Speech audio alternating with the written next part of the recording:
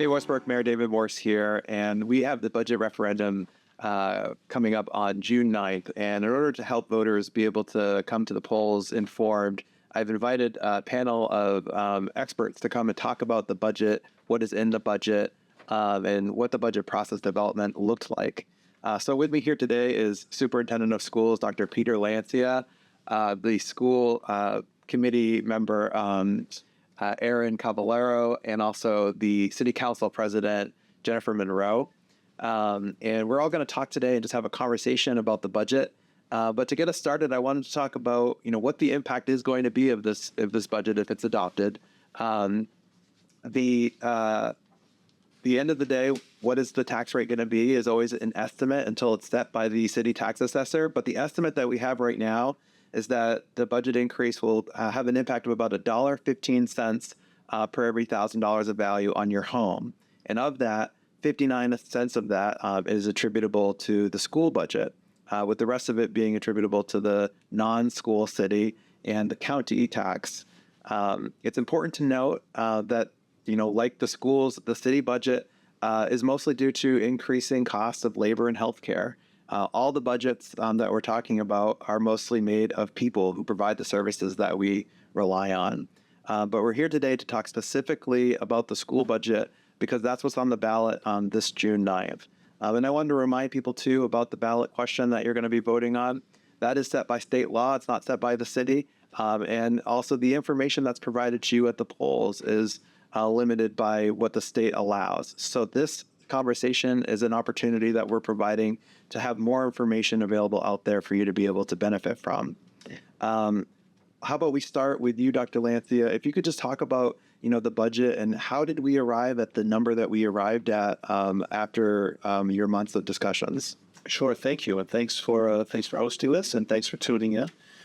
Budget development is almost a 9-month process.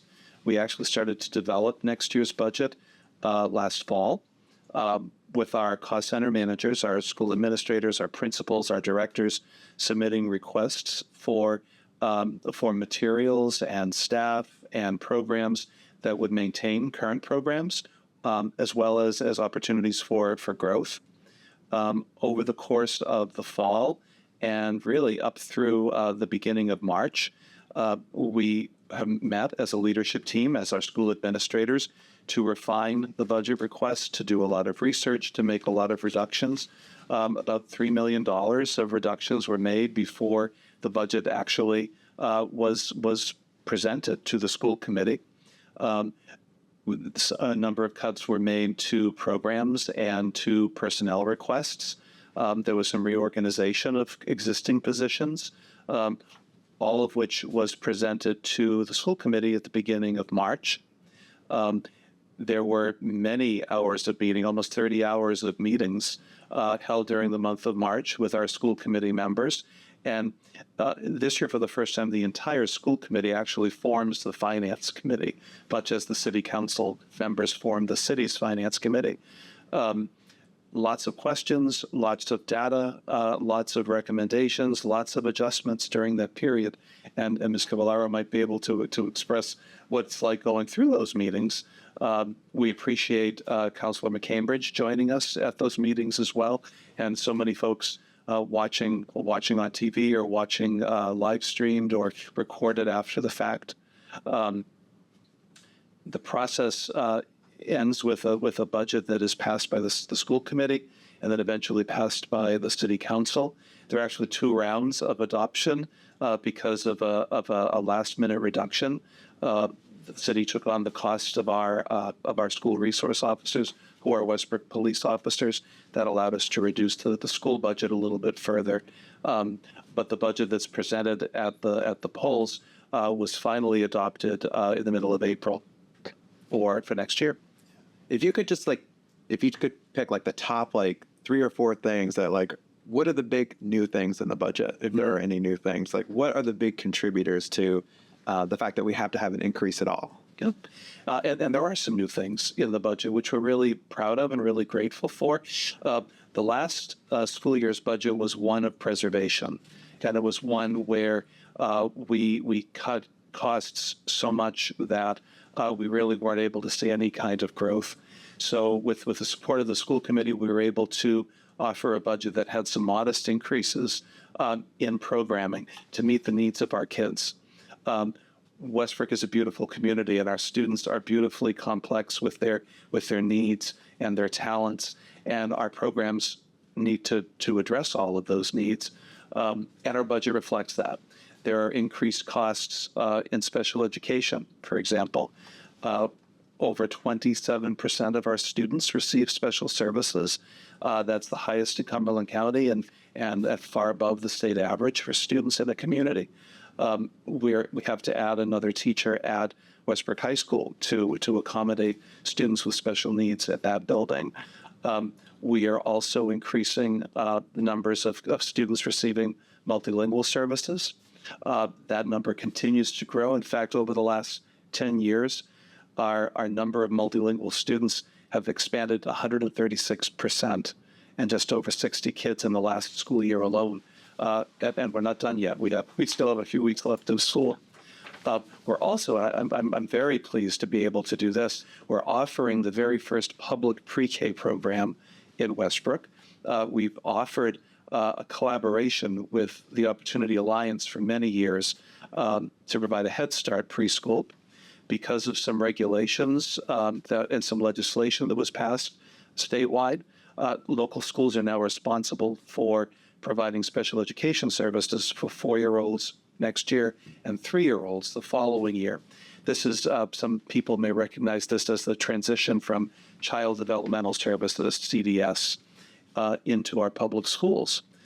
In order to do that effectively, we needed to recreate our preschool program and redevelop one that would meet the needs of all of our students and comply with something called free and appropriate public education. So we are opening next year at Canal School. It'll still be housed at Canal School, preschool classrooms that are Westbrook operated, following Westbrook's curriculum, following a half-day schedule, and this is coming into our schools next year and into our budget next year. Although the special education costs are being funded by the state, the local budget is increasing by the number of general education teachers and ed techs and a multilingual teacher as well. That's probably the biggest program addition. The other reason that our budget has increased for next year are the rising cost of salaries and benefits. We continue to stay at the market rate, try to be at the market rate for teacher salaries and administrator and support staff salaries.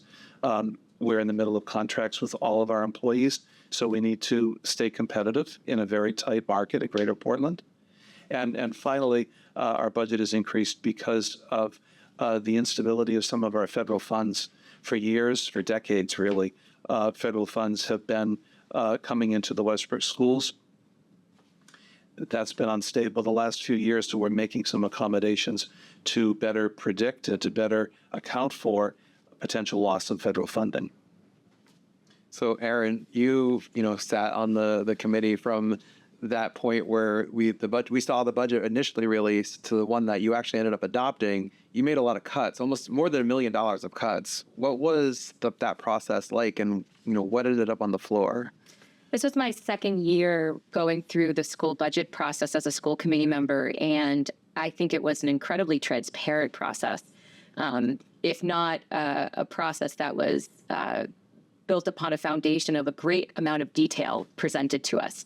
Dr. Lancey and his team present the school committee with a budget that we review line by line. We go through every piece of that budget that we have control over. And the school committee members asked endless questions. As Dr. Lancey has said, I think we had 8 public meetings and over 30 hours of those meetings. And it was a 600-page budget book. So we asked many, many questions, and we came back with about $1.4 million in additional cuts to that budget that was originally proposed to us. It's a process that is time-consuming, and I don't think school finance is something that anybody can understand overnight. But I do think that it was an incredibly transparent process, and I think Dr. Lancey and his team did a great job at helping us as school committee members understand what the new asks were, what the impact of those asks might be, and gave us really all the information that I think we needed to make, some good decisions, but also some challenging decisions about how we want to move forward. I would also add to what Dr. Lancia said. We're adding an English teacher at the high school this next year, hopefully. That's been a request that has come into the school department for years now. And we're seeing high classroom sizes at the high school because of that. And English is the only subject that students are required to take all 4 years. And so we're not just seeing the new programming, but also addressing the classroom sizes and the needs for our teachers to, have manageable classrooms, but also for students to be able to learn in manageable environments, which I think is very much important. So, Council President Jen Monroe, I just wanted to ask you, because the city council, after the school committee does all their work, it goes to the city council, and theoretically you have the ability to then, make cuts and adjustments and stuff like that. Could you just talk about, what your thoughts were when the budget came through the city council and why it's been referred to the voters as it has been passed by the school committee? Yeah, I think one of the great partnerships we've created over the last couple of years is having our finance chair, and this year with Councilor Cambridge, attend all the school committee meetings, and having somebody from our team come and sit through all of that and really hear all what's being said, what's being talked about, and, listening and absorbing. And that person's able to bring that back to the council. By the time you guys are coming to us with the information, we've already gotten some feedback from somebody on the council about what they've been doing and the cuts they've made and the hard work that's already been done. And so I think that leads to a more collaborative process.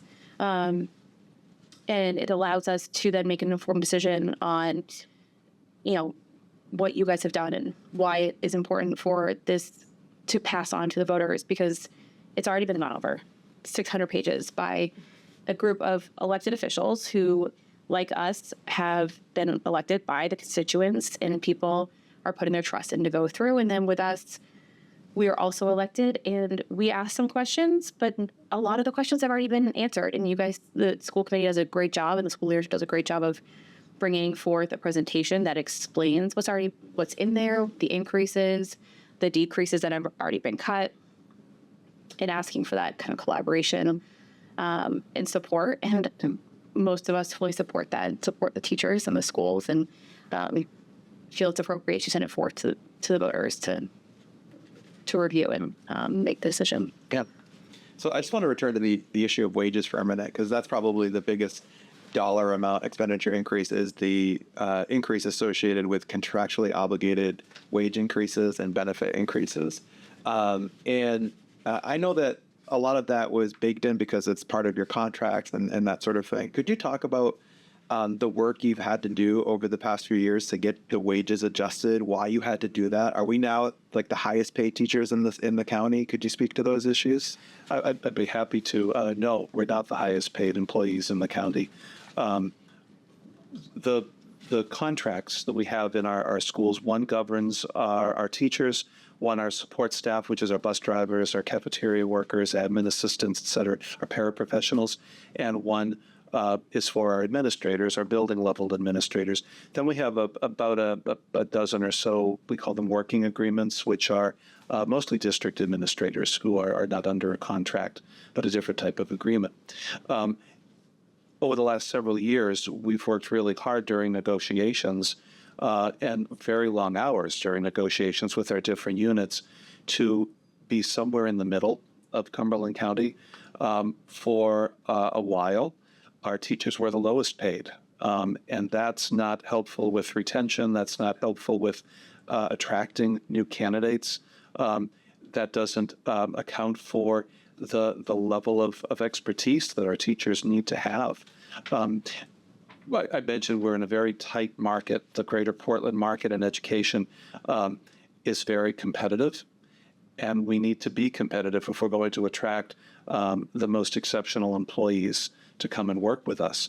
I always offer an exit interview when people leave, and several years ago, I would hear quite often that they were leaving because of salary, that they could drive just a few miles up the road and make $6,000 more for doing the exact same job. that was really a poignant statement when I realized that, and when our community realized that. We're not hearing that anymore. We have great satisfaction. Our employees like to work in Westbrook. We have a number of retirees this year, and of the people who are leaving, most are leaving because of relocation as opposed to salary. So we negotiate with our unions in order to have a fair wage, and benefits are part of that wage as well. We need to stay competitive, and that really drives the costs.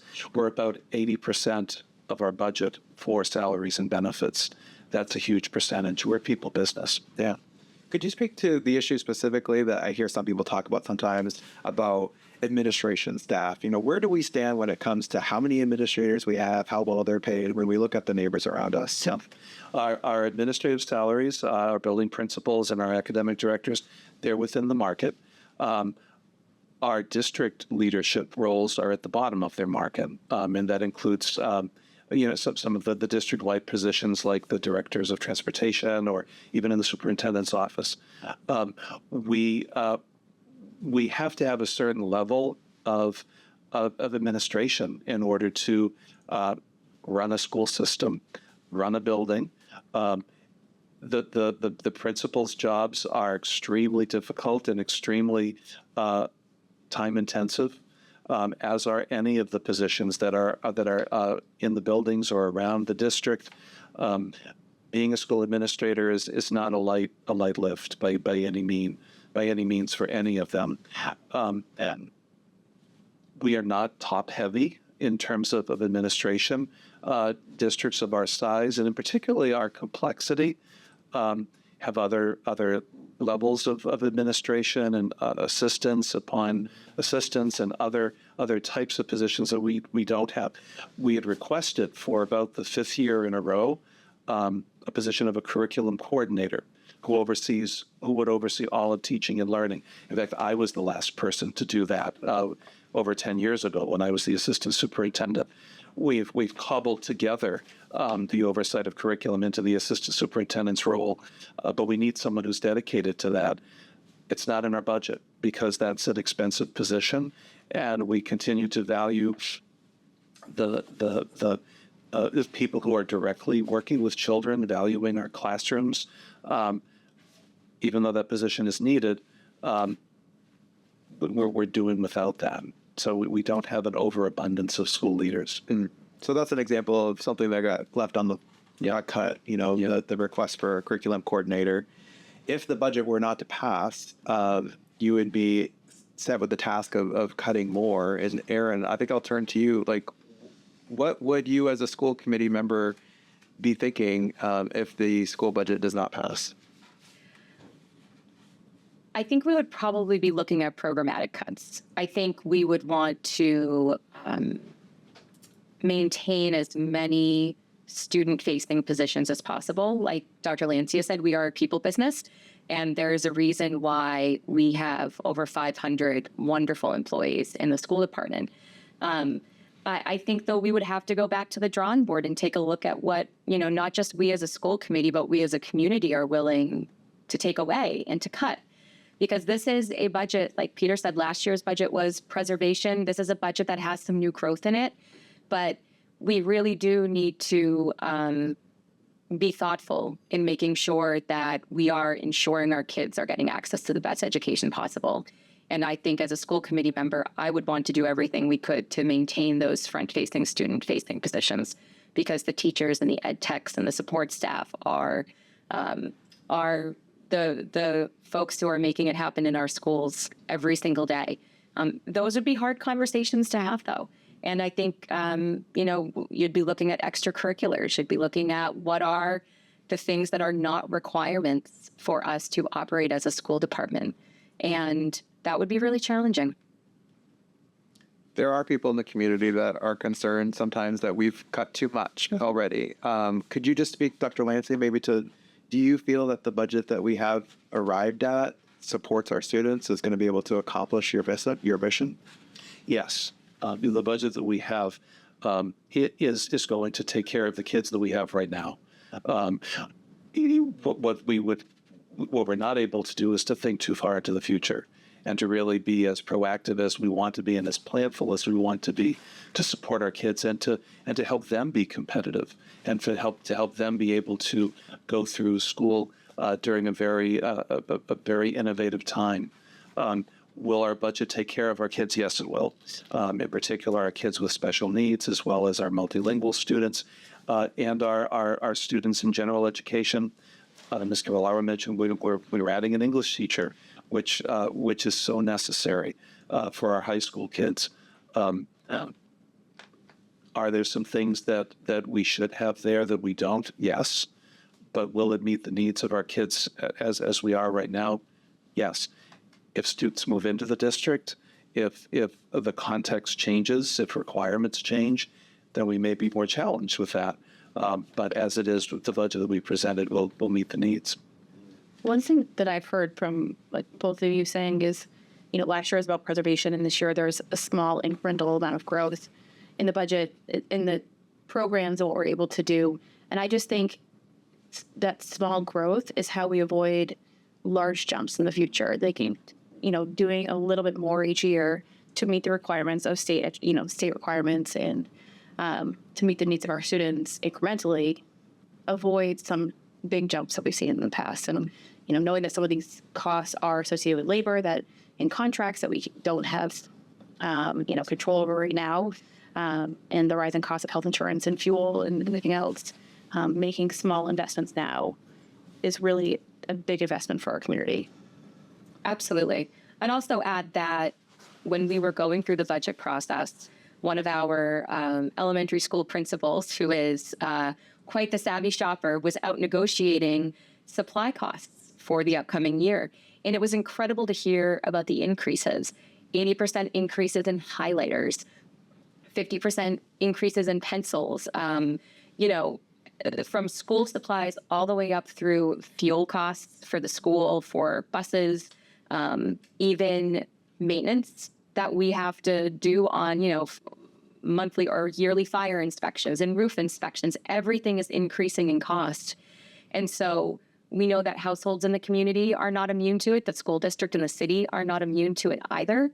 And I think, one of the challenges we have is that, like Dr. Lancia said, we are bound by a lot of compliance and legal requirements that we can't pick and choose from. And so when we look at our budget, there's actually a very small pocket of line items that we can actually go in and adjust. And so I think we've tried to be as thoughtful as we can. And I'd also say all of the school committee members live here in Westbrook. We all pay taxes too. We all see the increases in our household budgets, and none of us are immune to those.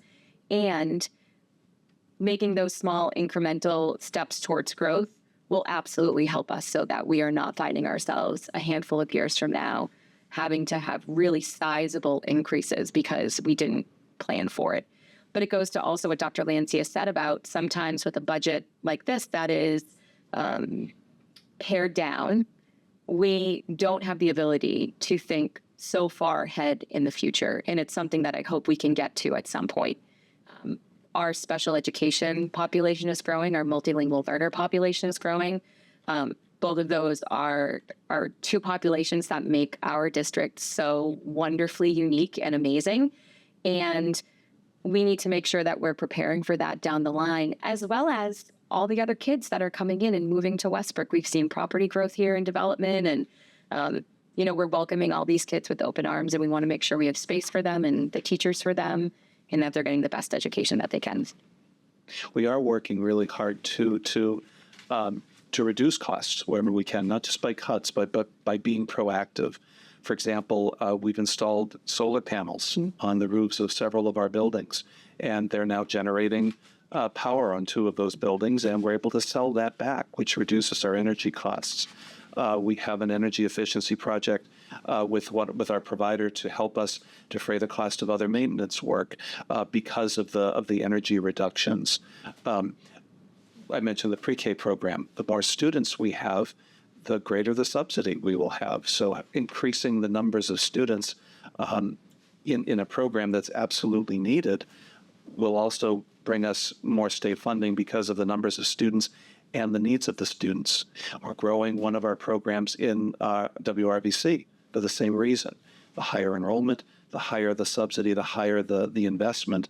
Our adult education program is increasing programming in workforce development because that's where grants are. And that's where the future is in terms of generating not just tuition, but funding from outside of the local taxpayers. So we're trying to be as proactive as we can, predicting the future in terms of programming, but also planning for that future in terms of finances to reduce costs now that might have some costs associated with it, but in the long term, we will save money.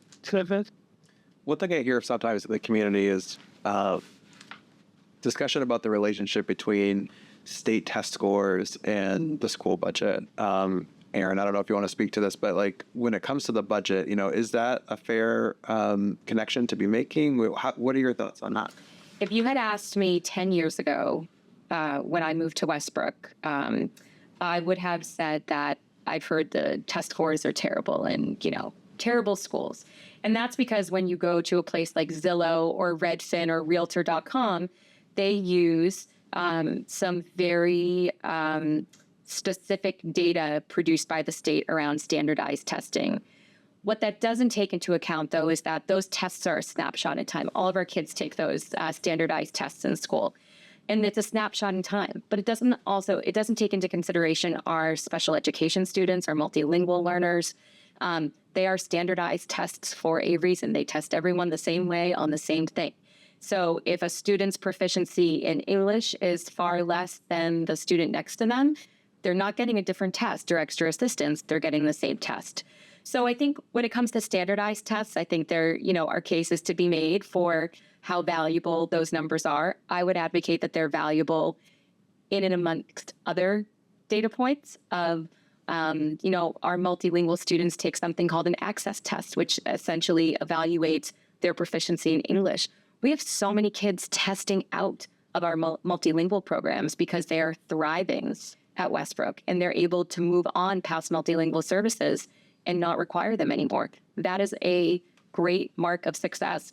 We have students in our gifted and talented programs who are taking a standardized assessment after being recognized by their teachers for, really excelling.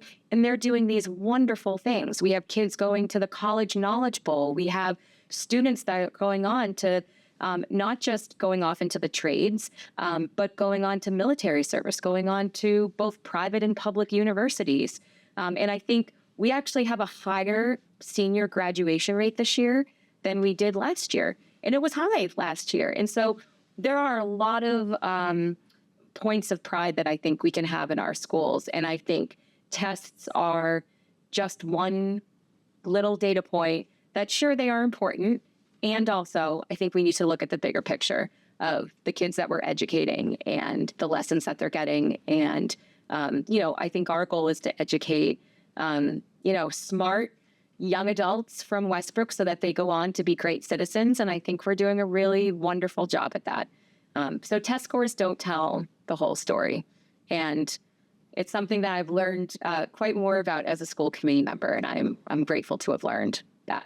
I was really appreciative of the teacher that came and spoke in public comment at the city council meeting for the school budget, because she really gave the example of some of the special education students that she works with and having to sit with them while they're taking their standardized tests, and kids who may have a reading disorder or, there's very little accommodations that can be made for kids, even though they may have testing accommodations in other situations.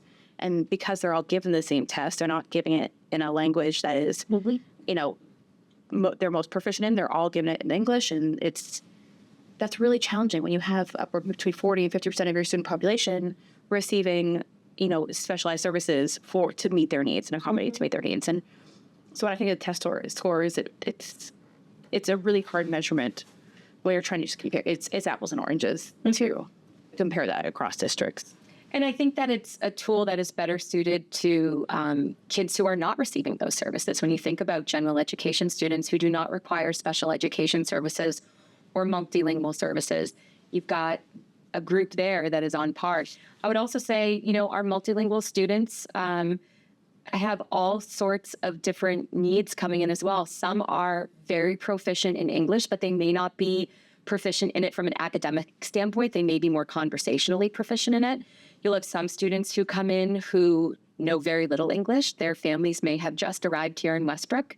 And the same with special education. There are some kids who just need a little bit of help to achieve what we know they can. And there are some kids who need one-on-one support and even out-of-district placement. And so standardized tests are just that. They are standardized. They are not accommodating of the masses.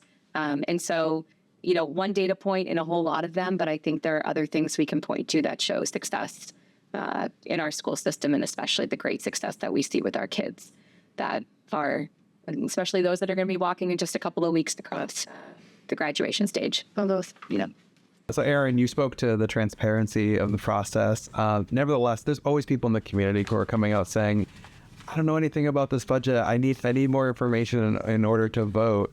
Dr. Lancia, Aaron, if people want more information about this budget before they go to vote, is there information out there? Where can they find it? So much information.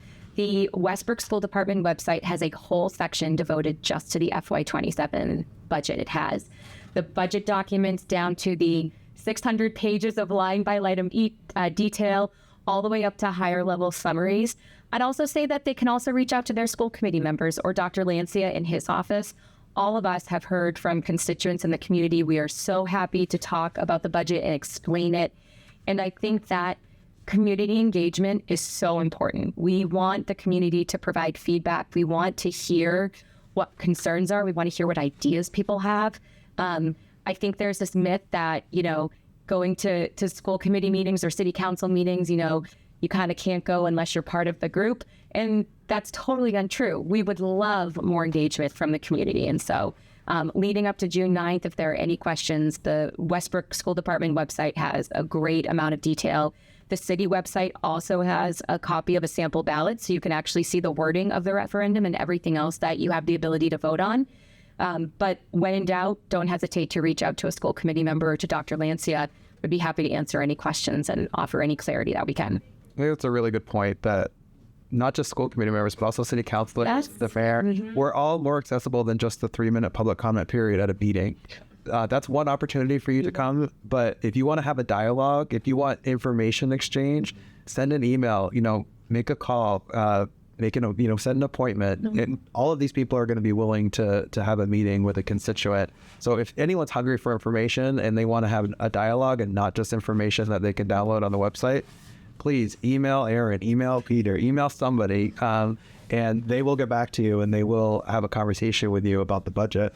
Dr. Lancia, I wanted to ask you, if you had an opportunity to talk to a voter before they went into the polls, what would be, the one thing that you'd want to leave them with when it comes to being informed about this budget? What would you want them to know about the budget? I want them to know about our kids and about who we serve. We serve the children of this community who are phenomenal. As someone who's been part of this community for a long time and known a lot of kids over the years, Westbrook kids are second to none. And we'll celebrate them at graduation in just a few days, really, just less than a couple of weeks. Honor the success that they've made. I want folks in the community to know that everything that we do, everything that I do, is centered around them and around meeting their needs and making sure that they can succeed. Success, as Aaron said, can be measured differently. We do measure success differently, but schools are open books, literally. And I'd love to be able to show folks what we do every day. Call me, email me, stop by. I'd love to give you a tour. Love to walk you into a classroom. We love having special guests at our schools. Our schools are some of the best in the state, and we need to keep celebrating that and be recognizing that. I hear that from candidates for jobs. This is hiring season. We're starting to replace our retirees. People who tell me when I ask, why are you coming to Westbrook? They're coming because of this community. They're coming because of our student population. They're coming because of our diversity. They're coming because of the support that this community has for its children. that makes me proud. And I think the whole community should be proud of that too. Thank you, Dr. Lancia. Thank you all for coming here, having this conversation. I just want to remind the voters that the election is happening on June 9th. Everybody votes at the community center. If you don't want to wait till then, you can vote now here at City Hall. Information is available on both the city's website and the school department's website about the budget. And like we just said, if you would like to have a conversation about the budget or any questions you have about the documents you find, please reach out to the school administration.